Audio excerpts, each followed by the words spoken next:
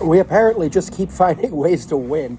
We started Emerson Hancock today. He's our fifth starter. He's going to start once in the Fenway series as well, which it was okay. He gave up a couple of runs. He lowered his ERA from 81 to 12. Went 5 innings. Didn't give up too many hits. Scattered 5 hits, couple runs. Not a bad outing from him. The bullpen had some really bad situations where our bullpen started giving up lots of runs towards the end, and that wasn't good. But we got the ball to Munoz. We gave up a grand slam. I think it was Thornton who gave up the grand slam in the 8th, which was not good at all.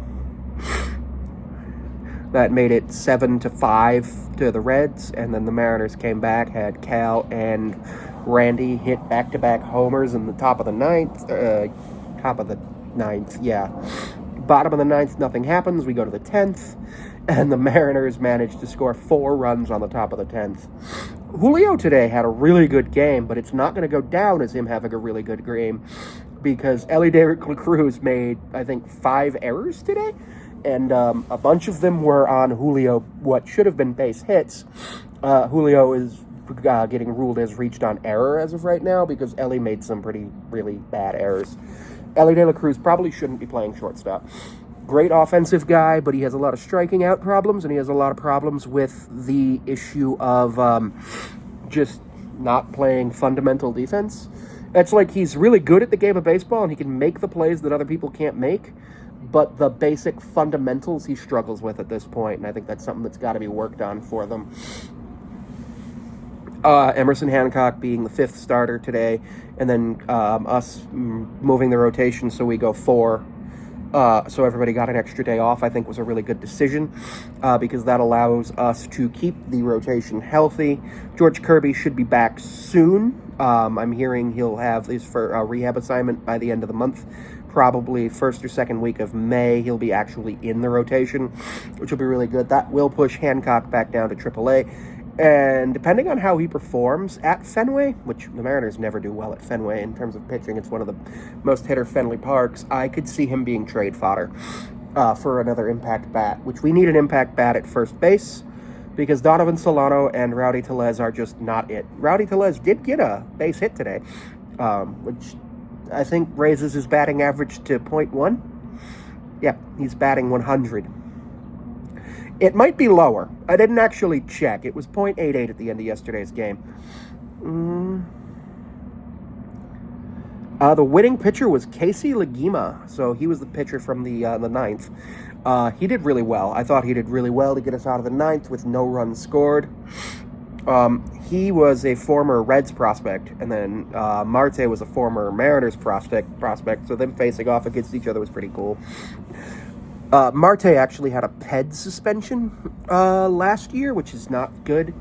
I understand, there's a process. You go through the PED suspension, then you're tested more and everything. But you got to deal with it, and you got to understand that does change your legacy, because even if you take the steroids once, this was an overall pretty exciting game for 9:40 a.m. West Coast, 12:40 p.m. my time. It was a pretty exciting game for us. Super excited. We play Toronto tomorrow. I unfortunately will not be able to attend as I'm going to just stay home.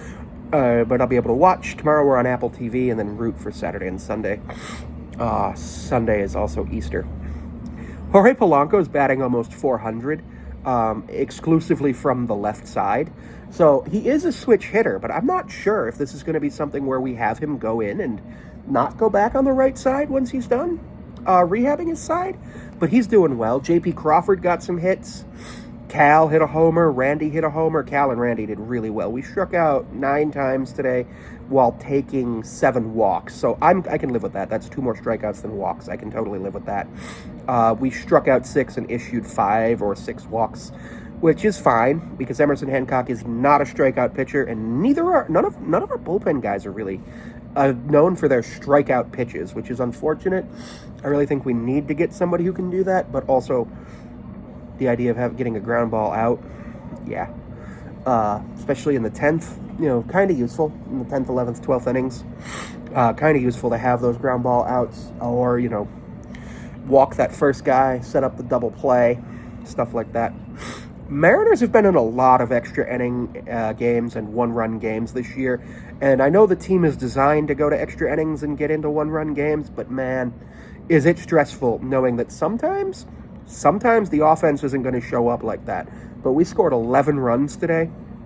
That's another series win. Mariners go to 10-9 on the season. They do not take the division lead yet, but there's a potential that we could by the end of next week, depending on how other people play. I do see this being a division that goes down to the last day of the season, so that's exciting. Hopefully we don't blow a 10-game lead again, or nobody blows a 10-game lead. But I absolutely see us, if we can keep the rotation healthy, and if our bats can stay where they are, and we can get rid of the black holes that we have at first base, I think we have a team that can make the playoffs this year. And I honestly think Polanco as the DH, Garver as the backup catcher is probably the way to go. Keep Williamson at third, Demo at second, and then figure out first base. Maybe we bring up Lockley, or maybe we do a trade. But I think that's got to be the lineup with Polanco as the DH, because I think he's, even without the injury, he's kind of a liability.